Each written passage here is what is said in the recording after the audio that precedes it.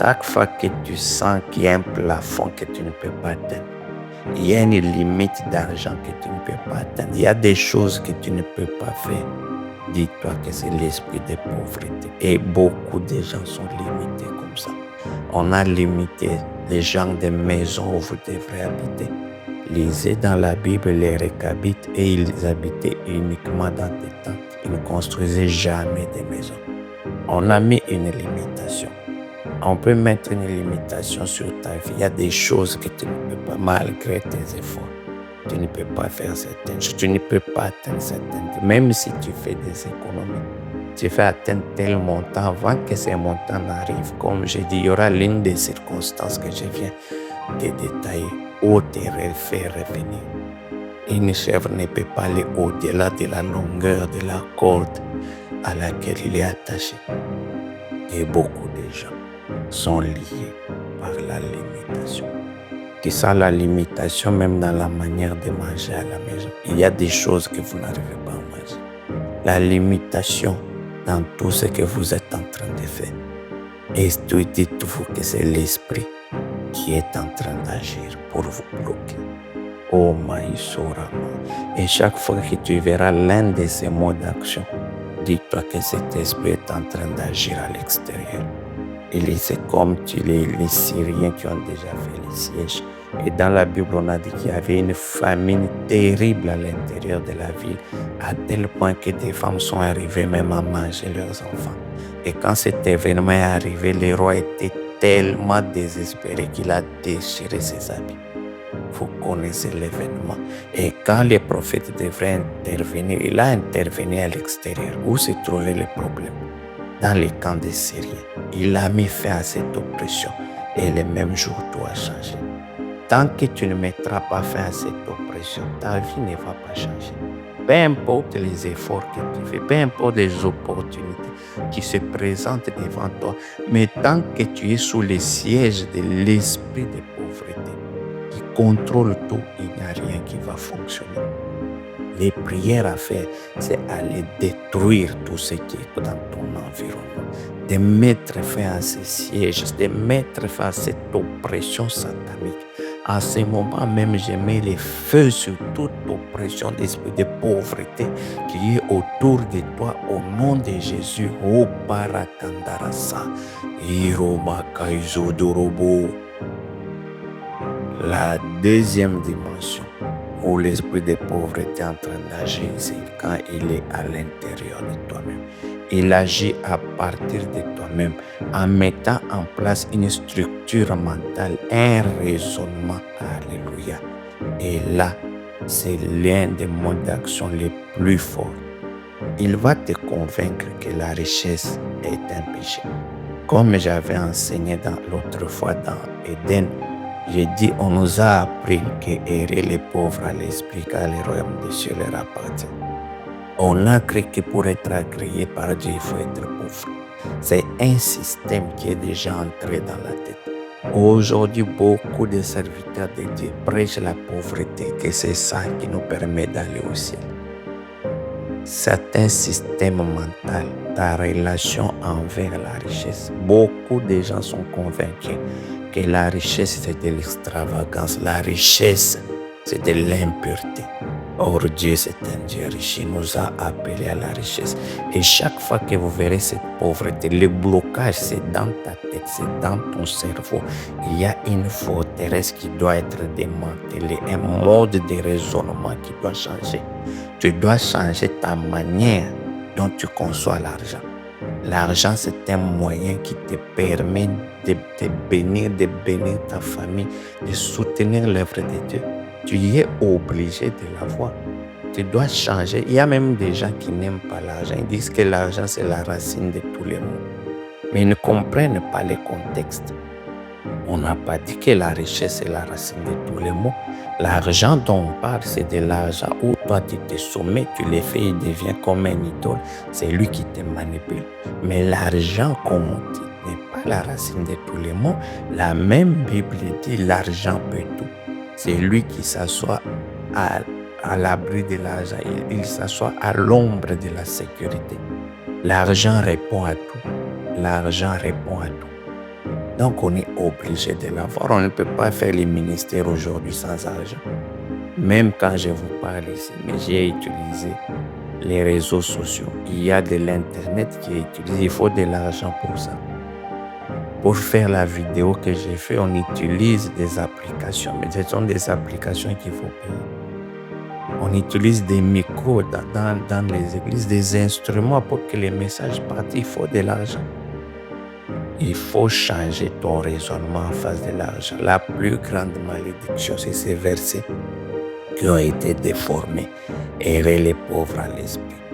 Et c'était versets où on a dit sera difficile aux riches d'entrer dans le royaume des cieux. Mais quel riche? Jésus-Christ a dit plus tard, c'est ceux qui se confient dans les richesses. Il n'a pas dit qu'il ne faut pas être riche. Rakapaïka. Jésus n'était pas pauvre. Mais comment lui, il a fait prix des personnes pendant 3 ans? Il n'est dit nulle part que les familles de ces personnes étaient en souffrance. Pierre était marié, il est parti avec Jésus pendant 3 ans. Donc pendant ce temps-là, Jésus-Christ a pris en charge toutes les familles de tous ces gens-là parce qu'ils n'ont manqué de rien. Donc il n'était pas pauvre. Son habit, comme j'ai dit l'autre fois, des gens se sont querellés des militaires pour se partager. C'était un habit de haute qualité. Jésus avait un trésorier, Judas était un trésorier. Aujourd'hui, si quelqu'un arrive à voir quelqu'un qui gère ses finances, c'est qu'il a beaucoup d'argent. On ne peut pas mettre quelqu'un pour gérer l'argent si vous n'en avez pas. Jésus-Christ, on l'a enterré dans un tombeau des riches. Nous devrons changer dans la tête. Même maintenant où je passe, ça bloque encore dans la tête de beaucoup de gens. Ils sont convaincus que l'argent est impur. Que seul les diables peuvent. Toute personne qui a l'argent, c'est un sorcier. Il a touché à la magie. Et si nous avions Abraham, comme j'ai enseigné l'autre fois, nous avons les Isaac, les Salomon, tous on allait dire que ce sont des magiciens. Parce qu'on est arrivé dans un degré de médiocrité spirituelle tellement grave qu'on est convaincu qu'il n'y a que les diables qui peuvent donner l'argent. C'est la bénédiction de l'Éternel qui enrichit et ne se fait suivre d'aucun chagrin. C'est Dieu qui peut bénir. C'est Dieu qui bénit au-delà de tout ce que tu espères, au-delà de tout ce que tu peux prier même et demander. Yakandari Zoba, la structure mentale. Je voudrais que tu changes ton raisonnement, que tu changes ta relation envers l'argent.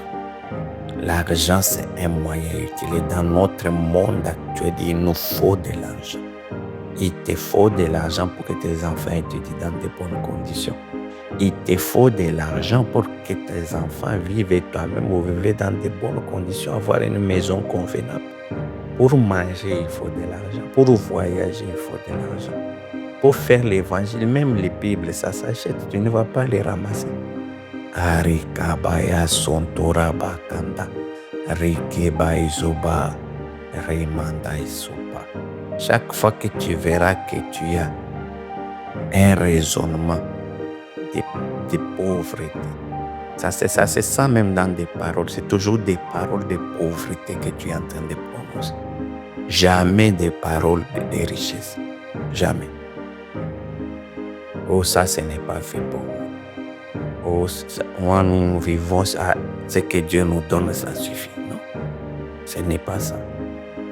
Même tes paroles doivent changer. Non, il y a tellement de la crise, je n'ai pas d'argent. Au moment où tu dis que tu n'as pas d'argent, mais c'est un verdict spirituellement, c'est ça. On va dire que toi, tu n'as pas l'argent. Toutes les possibilités d'argent doivent être bloquées. Non, si tu veux vraiment changer, ne prononce jamais que tu n'as pas d'argent, que tu manques d'argent. Jamais. Apprends à dire que tu es béni. Apprends à bénir tes enfants. Apprends à bénir ton mari. Même s'il n'y a rien, vous êtes prospère. Parce qu'il dit qu'il préfère qu'il faut prospérer à tout égard, comme prospère l'état de votre âme. Vous devrez apprendre à prononcer la bénédiction. Alléluia.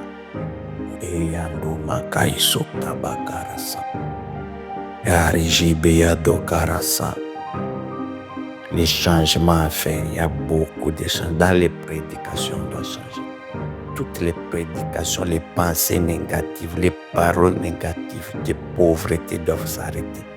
En ce moment, avec l'autorité que Dieu m'a donnée, je maudis toutes ces paroles négatives que tu as prononcées, qui ont été prononcées sur toi.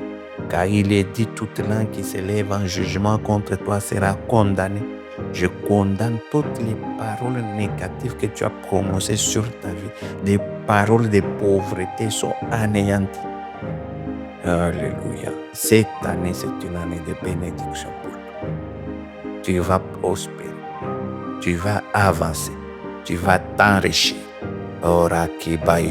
Les portes vont s'ouvrir devant toi. Au nom de Jésus-Christ. Et la troisième dimension, c'est la plus dangereuse. L'esprit de pauvreté met des autels dans la vie des gens. Et ça se fait souvent à l'échelle des familles, à l'échelle des communautés. Il y a certains autels qui ont été érigés, qui maintiennent toute une lignée dans la pauvreté. Chaque fois que vous verrez que tous vous vivez les mêmes limitations dans toute votre famille, personne n'arrive à lever la tête. Dites-vous qu'il y a un autel qui a été érigé. Regardez, Abraham a rencontré Melchisedec et à travers cette transaction, il a vendu toute sa destinée à la prospérité. Parce qu'il est dit qu'au moment où il avait payé la dîme, ses enfants étaient dans ses reins. Il en est de même. Lui, il a eu la chance, il a rencontré un bon esprit. Mais dans vos familles, vos ancêtres ont rencontré quel esprit? Ils ont fait des transactions. Et dans ces transactions, ils ont vendu la prospérité de toute la descendance. Si tu es de cette descendance, ne crois pas que cette pauvreté va terminer d'elle-même. Ce n'est pas possible. Peu importe les capacités que tu as, peu importe les opportunités, mais cet hôtel crie plus fort, va tout bloquer. Et beaucoup de gens ont des hôtels de pauvreté qui ont été érigés. Et tant que vous n'allez pas détruire ces hôtels, tant que vous n'allez pas renverser ces hôtels, c'est toute une lignée.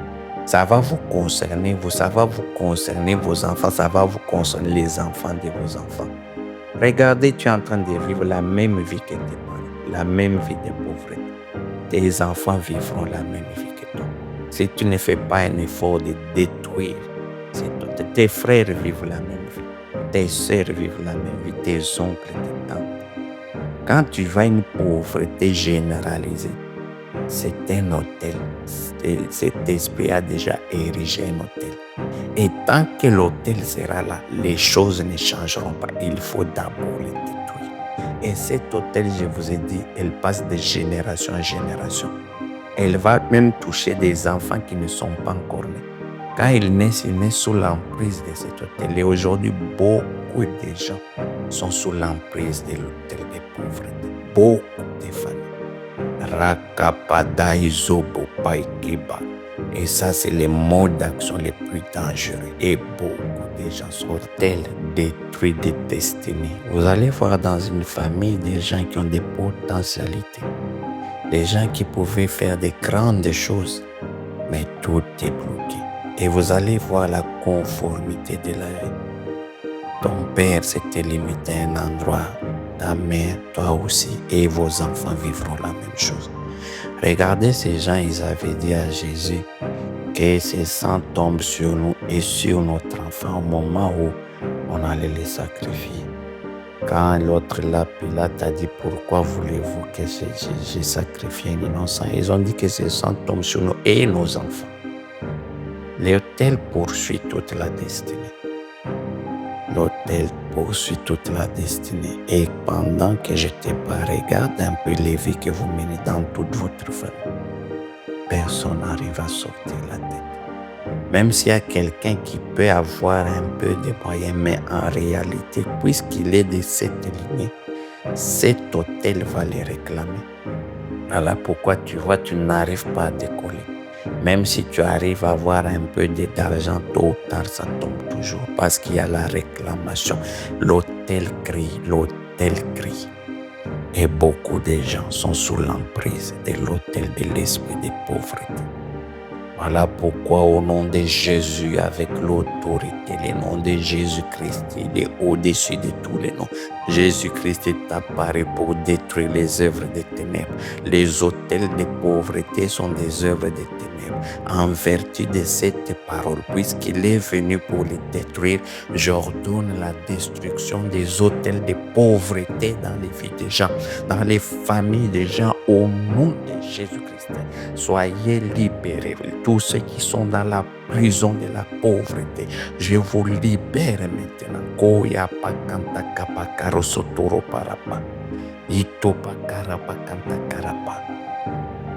Il y a ce qu'on appelle la pauvreté esprit. C'est une pauvreté terrible qui s'attache à vous. Il n'y a rien qui fonctionne, qui vous maintient dans la poussière. Soyez libérés au nom de Jésus-Christ. Amen.